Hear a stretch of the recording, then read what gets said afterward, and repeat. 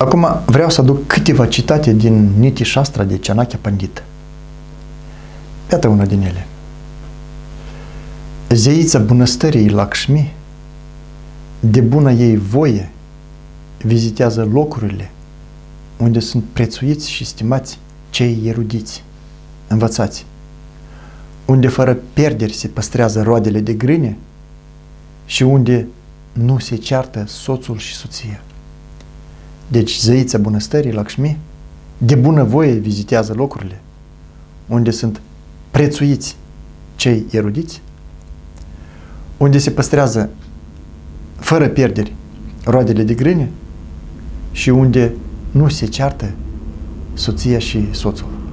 Zeița bunăstării Lakshmi de bună voie vizitează aceste locuri unde nu se ceartă soțul și soția, unde sunt apreciați, prețuiți și stimați cei învățați și unde se păstrează roadele de grâne, se păstrează fără pierderi. Altă citată. Cunoașterea adevărată poate fi folosită anul împrejur. Cunoașterea adevărată poate fi folosită oricând, anul împrejur. Ca o mamă, ea te hrănește în călătorie prin viață. De aceea, cunoașterea este o avere ascunsă. Altă citată.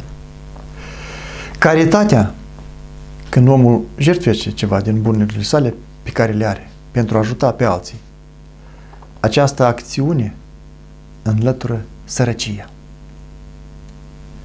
Caritatea înlătură sărăcia. Modul corect de viață, când omul respectă legile, când respectă legile Universului, poruncile lui Dumnezeu, înlătură îndurările. Agerimea minții, când omul profund pătrunde în esența lucrurilor, când înțelege nuanțele fine ale vieții, aceasta înlătură ignoranța. Iar curajul de a primi cunoașterea autentică înlătură frica și omul devine neînfricat. Altă citată. Oamenii lacumi și neliniștiți nu pot atinge pacea lăuntrică și fericirea pe care o atinge omul mulțumit de nectarul cunoașterii spirituale. Chanakya Pandit mai spune: fii mulțumit de soție, de hrana pe care o primești prin voia lui Dumnezeu și fii mulțumit de bogăția obținută în mod firesc. Dar întotdeauna tinde să-ți ridici erudiția, să-ți îmbunătățești practica spirituală, repetarea numelor lui Dumnezeu și caritatea pe care o faci. Deci aceste lucruri tinde tot timpul să le mărești, să le îmbunătățești. Următoarea citată. Bogăția se păstrează atunci când tu dai și primești. La fel precum apa se păstrează proaspătă atunci când cea care este curge mai departe și vine alta în loc. Viața unui om neerudit, neînvățat, este la fel de inutilă ca coada unui câine, cu care nu poate nici să-și acopere fundul, nici să alunge muștile.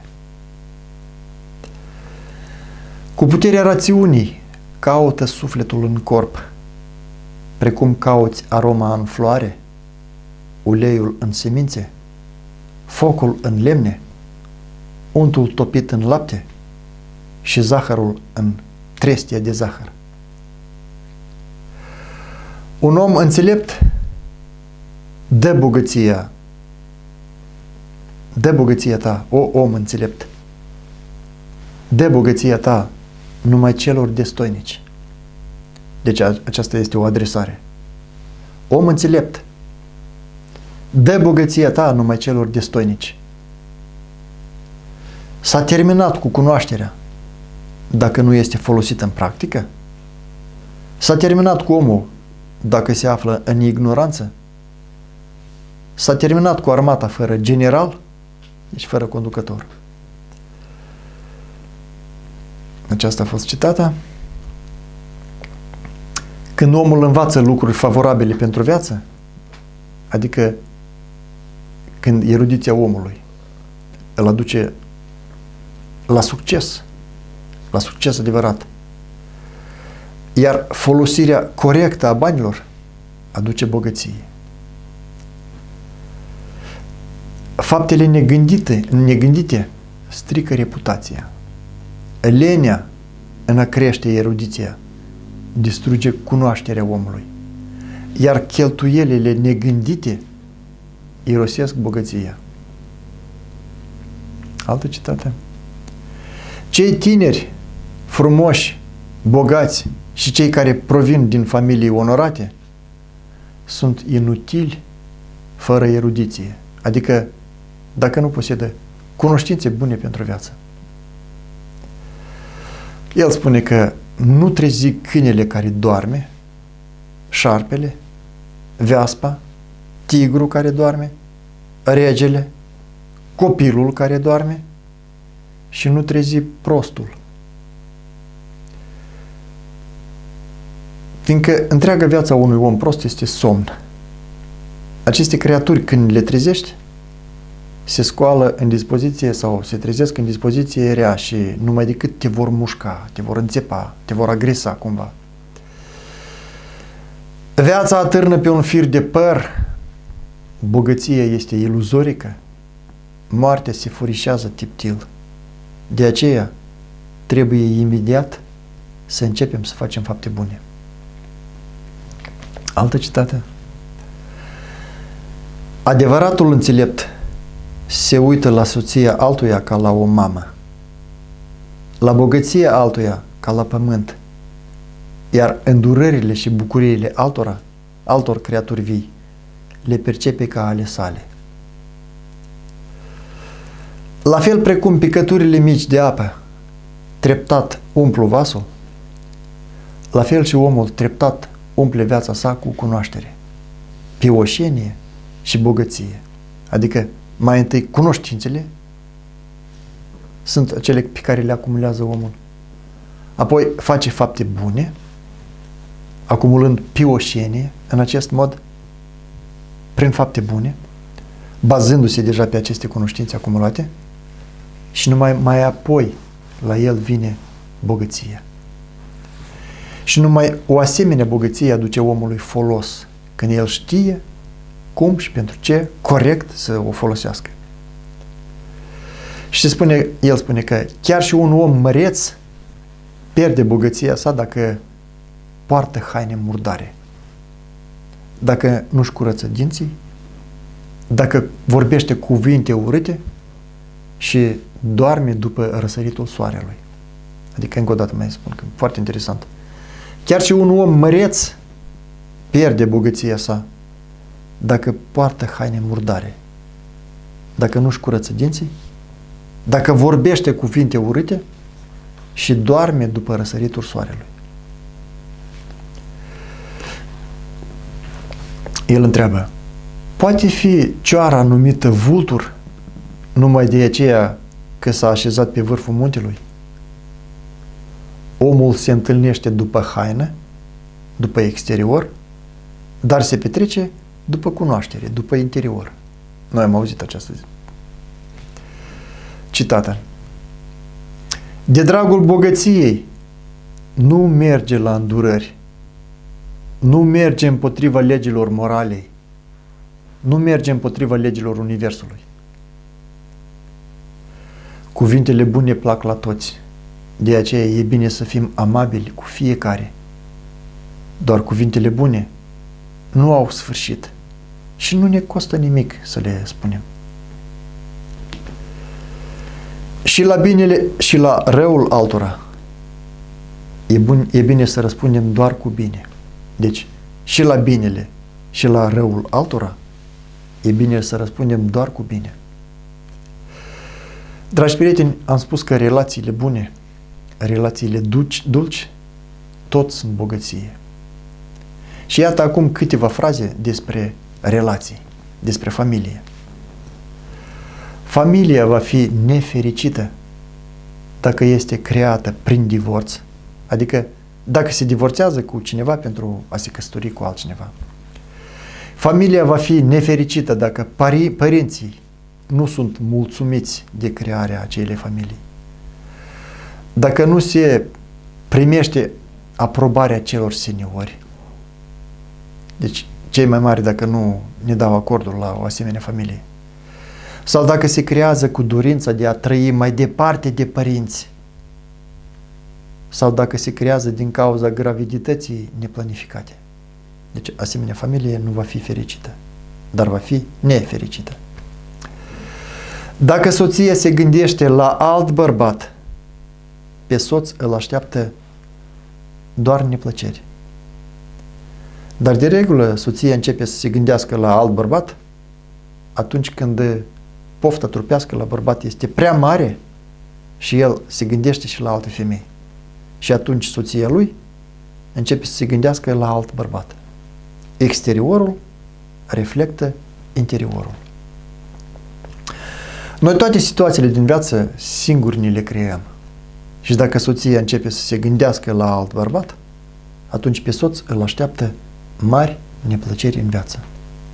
Altă citată. Dacă soțul și soția se ceartă, bogăție nu va fi. Dar prima citată am vorbit despre aceea că zeița bunăstării Lakshmi de bună voie vizitează casa unde soția și soțul nu se ceartă. Adică când trăiesc în dragoste și bună înțelegere. Familia neprimitoare, familia care nu se bucură de oaspeți, va fi săracă, deoarece în acea familie lipsește dărnicia. Și acum câteva citate despre aceea cum pleacă omul din această viață și la ce se gândește în momentul părăsirii corpului material, acolo și va ajunge. Chanakya Pandit spune că dacă omul moare cu gândul la Dumnezeu, chemându-i numele, atunci sufletul se întoarce în lumea spirituală. Deci același lucru se spune și în Noul Testament, că numai cei care vor chema numele lui Dumnezeu, numai aceia se vor salva. Și la fel aici Chanakya Pandit spune că dacă omul moare cu gândul la Dumnezeu, chemându-i numele, da? Atunci sufletul se întoarce în lumea spirituală. Dar dacă omul se gândește la cei apropiați și la bogăție materială, el iarăși se naște în corp de om. Și acesta este nivelul pasiunii dominante. Iar dacă omul moare în tristețe, frică și mânie, atunci sufletul părăsește acest corp de om și se naște în corp de animal, deoarece acesta este nivelul ignoranței dominante, deoarece tristețea, frica și mânia sunt ignoranță, fiindcă noi am vorbit că un om sfânt moare fericit, moare cu gândul la Dumnezeu, chemându-i numele, și atunci el se întoarce în lumea spirituală. Acesta este nivelul virtuții pure. Și acum câteva citate din Niti Shastra de Chanakya Pandit despre bogăție. Dacă omul vrea să devină doar bogat, din punct de vedere material, el va deveni nefericit. Iar dacă vrea să devină și înțelept, el va deveni bogat și fericit. Planul destăinuit până la îndeplinirea lui poate să nu se îndeplinească. Deci planul destăinuit până la îndeplinirea lui poate să nu se îndeplinească. De aici provine zicala: nu zi hop până n-ai sărit. Adică nu spune la nimeni despre planurile tale până nu le-ai îndeplinit. Și acum câteva citate foarte importante care pot fi urmărite deja în viață. Deci aceste lucruri importante noi deja le putem urmări în viață. Și aceste următoarele citate sunt despre semnele creșterii ireligiozității în societate. Și aceste semne ale creșterii ireligiozității în societate sunt următoarele: dereglări în schimbările anotimpurilor anului. Deci dereglări în schimbările anotimpurilor anului. Cu alte cuvinte, înghețuri când copacii sunt deja înfloriți, sau plouă iarna, ninge primăvara târziu, sau toamna prea devreme vin gerurile. La fel furtunile, inundațiile, seceta, arșițele, incendiile în păduri sau lanurile de grâu, când pur și simplu se aprind sau cineva le aprinde. Acestea sunt semne ale creșterii ireligiozității în societate. Al doilea semn. Răspândirea metodelor necinstite de a câștiga bani. Când omul nu activează conform vocației, când nu activează pentru beneficiul altora, dar se gândește numai la câștigul banilor. Al treilea semn. Lăcomia, răutatea și minciuna se întâlnesc des. Deci acesta este un semn al creșterii ireligiozității în societate.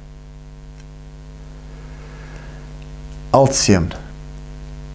Minciuna înrăutățește relațiile dintre prieteni. Minciuna înrăutățește relațiile între prieteni. Alt semn.